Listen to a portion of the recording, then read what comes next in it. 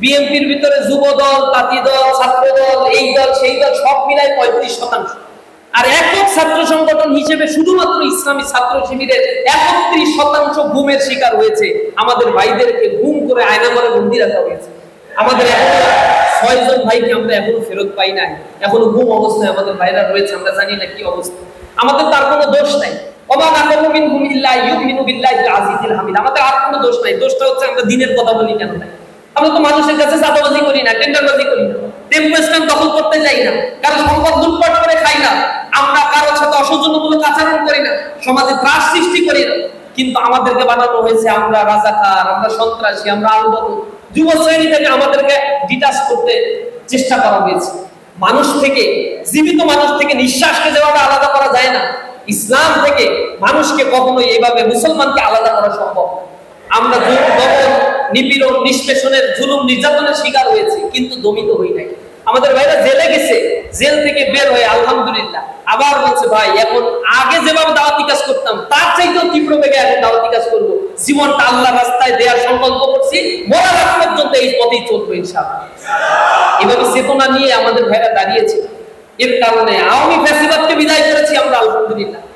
এবং দেখেছেন প্রতিটা স্কুল, কলেজ, মাদ্রাসা, ইউনিভার্সিটিগুলোতে ছাত্রদের মধ্যে ইসলামী ছাত্র শিবিরের ব্যাপারে একটা গণজোয়ার তৈরি হয়েছে।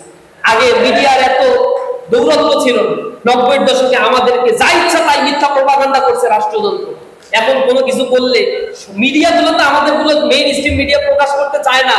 অনেক মিডিয়া আছে যেগুলো দখল করে রাখছে। এখন আগে আওয়ামী লীগ করতে, এখন একেবারে জাস্ট বিএনপি দখল করে রাখছে, আমাদের কথাগুলো বলতেও দেয় না। কিন্তু সোশ্যাল মিডিয়া আছে, এই মাধ্যমে আমাদের কথাগুলো আমরা মানুষের কাছে পৌঁছাচ্ছি। ছাত্রছাত্রীরা আমাদের কার্যক্রমগুলো দেখে আমাদের উপর আস্থা রাখছে এবং তারা বলছে, এখন আবার একটা ন্যারেটিভ তৈরি করার চেষ্টা করে, বলে না শিবিরের চরিত্র আগে ছিল খারাপ, এখন একটু সাময়িক সময়ের জন্য ভালো হয়েছে, সামনে আবার এরকম হয়ে যাবে। মানে পায় না কোনো কিছু খুঁজা। এখন যেহেতু সরাসরি আপনারা ছাত্র শিবিরকে দেখতে পান, এই জন্য অস্পৃষ্ট একটা জিনিস যা আপনি দেখেন না আপনার জন্মের আগে, ওইটারে নিয়ে আসবে যে আগে খারাপ ছিল, ও তো তুমি দেখো নাই কোনোদিন। আর যেটা আপনার আরেকটা দিন না ভবিষ্যৎ বলবে, ভবিষ্যতে আবার ওটা আগের মতো খারাপ হবে।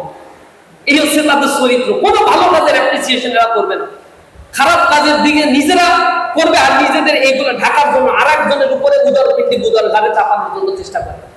আমাদেরকে আমরা বারবার বলছি, জুলাই অভ্যুত্থানের পরেও বলছে, ঐক্যবদ্ধ হয়ে একটা সমাজ গড়ে তুলি।